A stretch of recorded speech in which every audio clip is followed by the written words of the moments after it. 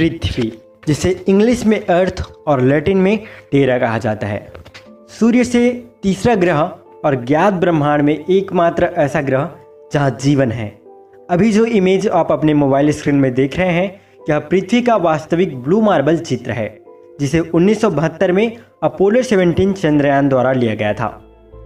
रेडियोधर्मी डेटिंग और अन्य स्रोतों के अनुसार पृथ्वी की आयु लगभग 4.54 बिलियन साल है, जिसका एकमात्र प्राकृतिक उपग्रह चंद्रमा है।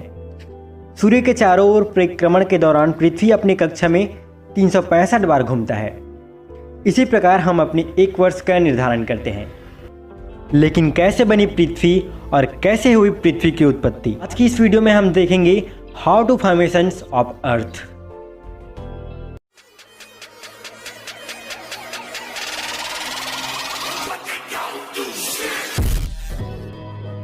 पृथ्वी का जन्म कैसे हुआ, यह जानने से पहले हमें ब्रह्मांड की उत्पत्ति को समझना होगा। ब्रह्मांड एक रहस्यमयी और विशाल दुनिया है। यह हमारी कल्पना से भी कहीं ज़्यादा विशाल है। हमारी पृथ्वी ब्रह्मांड का एक छोटा सा अंश है। इस ब्रह्मांड में सब कुछ है, कहीं घोर अंधेरा तो कहीं रोशनी, कहीं पिघला देने वाली गर्मी तो कहीं असहनीय ठंड। यहाँ कुछ ही ऐसे ग्रह हैं जहाँ जीवन संभव है, वहीं अधिकतर ग्रह ऐसे भी हैं जहाँ समय के लिए भी जीवन संभव नहीं है। ब्रह्मांड की उत्पत्ति हम बिग बैंग थ्योरी से समझेंगे।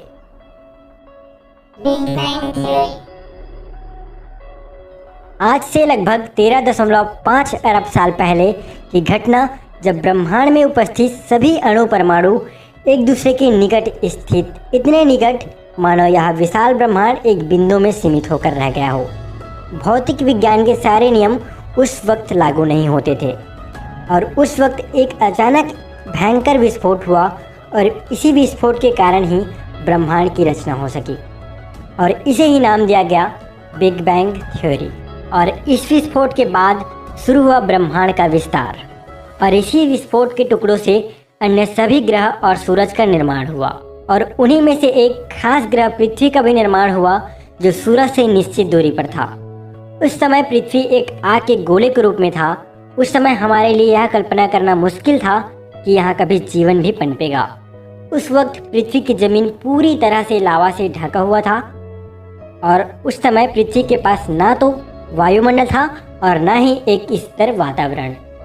मगर आज से 4.5 अरब साल पहले हमारे पृथ्वी के साथ कुछ ऐसे घटना घटी जो पृथ्वी को काफ़ी हद तक बदल दिया। एक ग्रह जो मंगल ग्रह के बराबर था, जिसकी गति 15 किलोमीटर प्रति सेकंड थी, और यह ग्रह पृथ्वी से टकरा जाता है, जिसका नाम था थिया। और इस टकराव से अंतरिक्ष में गए मलबे के इकट्ठा होने से हमारा प्राकृतिक उपग्रह चंद्रमा का निर्माण हुआ और इसी टकराव से धरती अपने अक्ष पर 23.4 डिग्री तक झुक गया, जिससे मौसम में बदलाव आना शुरू हो गया।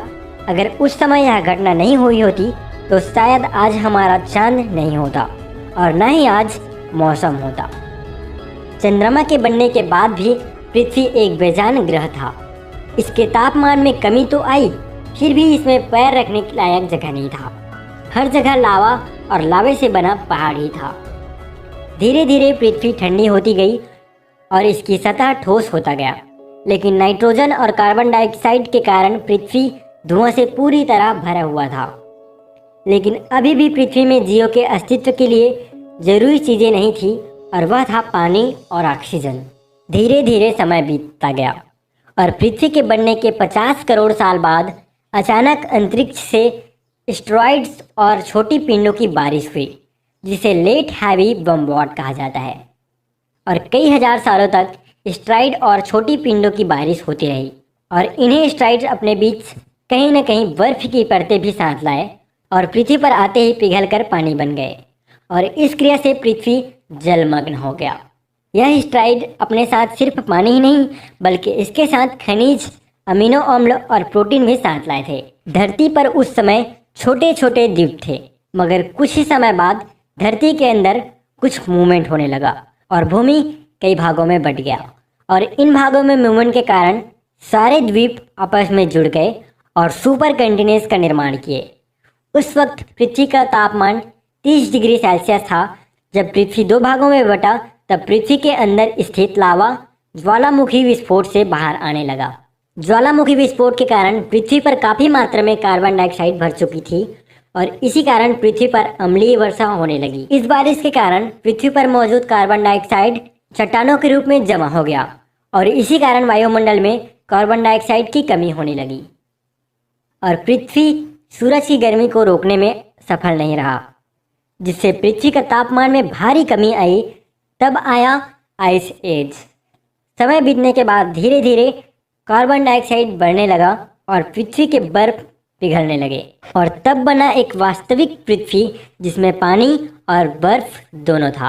और स्ट्राइड्स द्वारा लाया गया प्रोटीन्स और खनिजों से यहाँ बना एक कोशिकीय जीव और धीरे धीरे यह पूरे विशाल समुद्र में फैल गया और सूरज की सहायता से भोजन बनाकर एक गैस रिलीज करता था और इसी गैस को कहा गया ऑक्सीजन।